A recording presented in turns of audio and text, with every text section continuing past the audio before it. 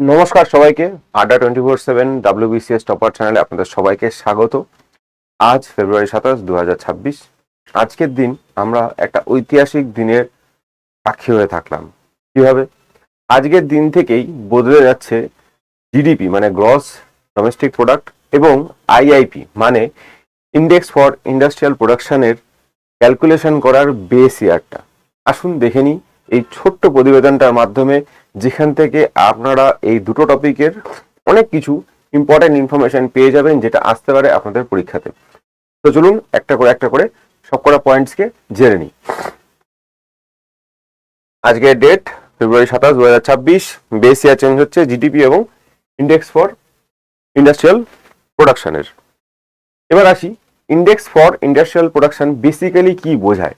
আসলে ভারতে না মেন 3-4টে জায়গাতেই প্রোডাকশনটা হচ্ছে, এবং সেই জন্য সেই 3-4টে প্রোডাকশন সেক্টর মানে ম্যানুফ্যাকচারিং, মাইনিং এবং ইলেকট্রিসিটি, এই অনুযায়ী আইআইপিতে ইম্পর্টেন্স বা অ্যালোকেশনগুলো দেওয়া থাকে।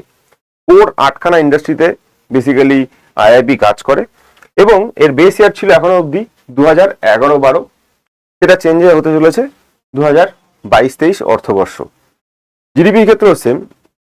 আসলে এত পুরনো বছরের এত ব্যাকডেটেড ডেটা নিয়ে প্র্যাকটিক্যাল আজকের দিনের জন্য যে ডেটাবেস তৈরি করা বা যে ডেটার কাজ করা, সেটা কিন্তু ঠিক ছিল না। তো সেই জন্য ফেব্রুয়ারি 2022-23কেই থেকে এটাকে কাউন্ট করা হবে আজকের দিন থেকে।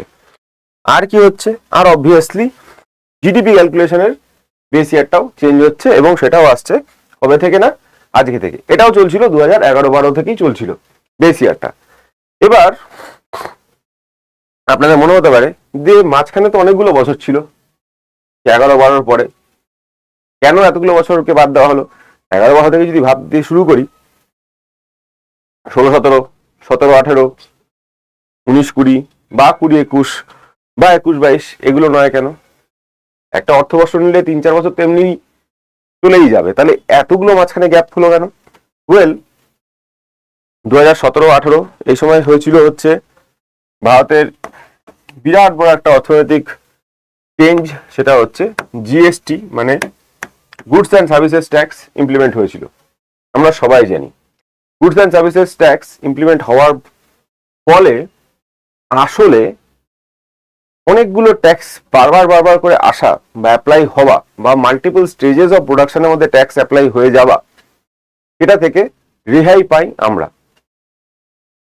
পরেরটা যদি দেখতে চান, অর্থবর্ষ 2019-20 এবং 20-21, আমরা সবাই জানি সারা পৃথিবীতে আমরা কোভিড-19কে হারিয়ে এগিয়ে চলেছি, এবং যে দুটো বছর আমাদের সব থেকে বেশি ক্ষতিগ্রস্ত হতে হয়েছে, অনেকেই নিজেদের প্রিয়জনদের হারিয়েছেন এবং অর্থনৈতিকভাবে অনেকেই নাকাল হয়েছেন এই দুটো বছরে কোভিড-19-এর জন্য, করোনা ভাইরাসের জন্য। সারা পৃথিবীতে, আমাদের দেশ এবং সারা পৃথিবীতে বন্ধ হয়েছে অনেক কলকারখানা, গেছে অনেকের চাকরি।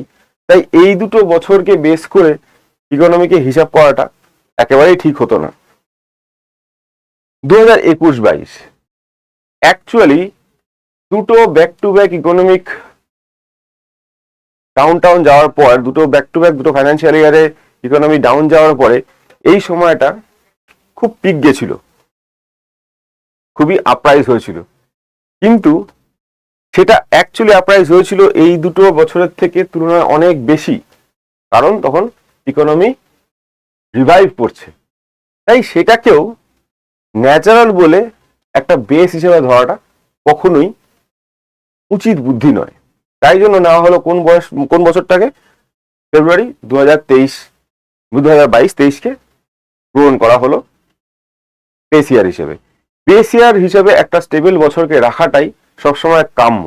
কারণ যদি দেখা যায় আমরা নমিনাল জিডিপি তো যে কোনো বছরই যা যা জিডিপি হবে, যা তৈরি হবে সেটাই, বেস ইয়ারটার উপরে ভিত্তি করেই অ্যাকচুয়ালি ইনফ্লেশন অ্যাডজাস্ট করে কতখানি আমাদের দেশ এগিয়েছে, আমাদের জিডিপি কতখানি বৃদ্ধি পেয়েছে, সেইটা বোঝা যেতে পারে।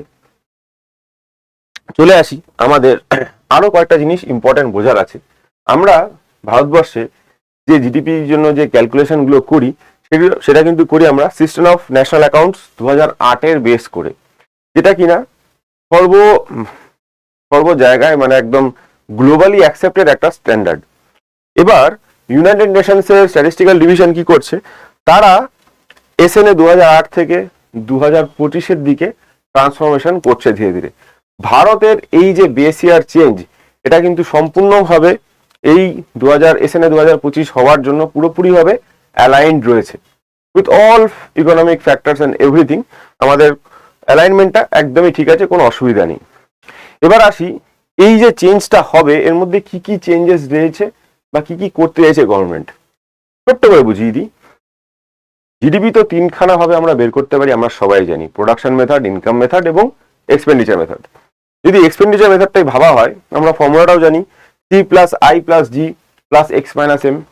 সি মানে হচ্ছে consumption by the public, I for investment, G for government spending and obviously export minus import. এই কনজামশনটাকে ট্র্যাক করার জন্য, মানে প্রাইভেট কনজামশন কতখানি হচ্ছে সেটার জন্য এবার থেকে জিএসটি ডেটাটা মেলানো হবে। কোথা থেকে কত জিএসটি হয়েছে।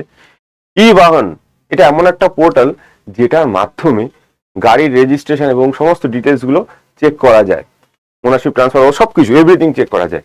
আর রয়েছে হচ্ছে PFMS portal, public finance management সিস্টেমের এই পোর্টালটা। আমি দেখাই আপনাদের পোর্টালটা। বেসিক্যালি পোর্টালটা গভর্নমেন্ট বানিয়েছে কেন, পাবলিক ফাইন্যান্সিয়াল ম্যানেজমেন্ট সিস্টেমের এই পোর্টালটা বানিয়েছে যাতে আপনারা নিজেরা চাইলেও দেখতে পারবেন, এখানে অলরেডি নো অ্যাবাউট করে লেখা আছে। PMS is facilitating payments and exchequer control, direct benefit transfer, monitoring fund flow mechanism, accounting of received tax and non-tax, compilation of accounts and preparation of fiscal reports. Basically, PBTর আন্ডারে বা direct benefit transfer আন্ডারে কত কি সুবিধা as a private consumer বা একজন household হিসেবে আপনি কি কি পাচ্ছেন, এই সমস্ত অ্যাকাউন্টিং ডেটা এবার কিন্তু গভর্নমেন্ট ট্র্যাক করছে, যাতে গভর্নমেন্ট বুঝতে পারে যে অ্যাকচুয়ালি এই জায়গাটা কি থাকছে, যাতে আমাদের দেশের অ্যাকাউন্টিংটা আরো অ্যাকুরেট, স্বচ্ছ এবং ভালো হয়। আমাদের দেশের সুবিধার্থে বা আমাদের দেশের স্বার্থের কথা ভাবলে আজকের দিন একটা ঐতিহাসিক দিনের পর্যায়ে কনসিডার করা হবে ইন কামিং ডেজ। আপাতত শুধু পরীক্ষার পয়েন্ট অফ ভিউ থেকে আপনাদের যদি কোশ্চেনের চিন্তা থেকে আমাদের ভাবি আমরা, তাহলে আমাদের জন্য থাকবে কোন কোন জায়গা মনে রাখার মতো। বেস ইয়ার কত হলো জিডিপি ক্যালকুলেশন বা আইআইপি ক্যালকুলেশনে, সেটা হলো অর্থবর্ষ 2022-23। যদি বলা হয় সিপিআই কনজিউমার প্রাইস ইন্ডেক্সের জন্য, সেটা অর্থবর্ষ কিন্তু 2022-23 নয়, সেটা রইল কিন্তু 2024। That is very important to be remembered. And obviously PFMS portal এবং আরো আনুষঙ্গিক যা যা বললাম তৎসহ ভারতবর্ষ ট্রানজিশন নিচ্ছে ইউএন স্ট্যাটিস্টিক্যাল ডিভিশনের মতোই এসএনএ 2008 থেকে 2025-এ। আশা করি এই পয়েন্টসগুলো আপনাদের মনে থাকবে এবং এরকম আরো কন্টেন্ট যদি আপনারা দেখতে চান, আমাদের চ্যানেল আড্ডা 24/7 WBCS টপারটা লাইক করে রাখুন, শেয়ার করে রাখুন, ফলো করে রাখুন। ধন্যবাদ দেখার জন্য। You have a nice day ahead.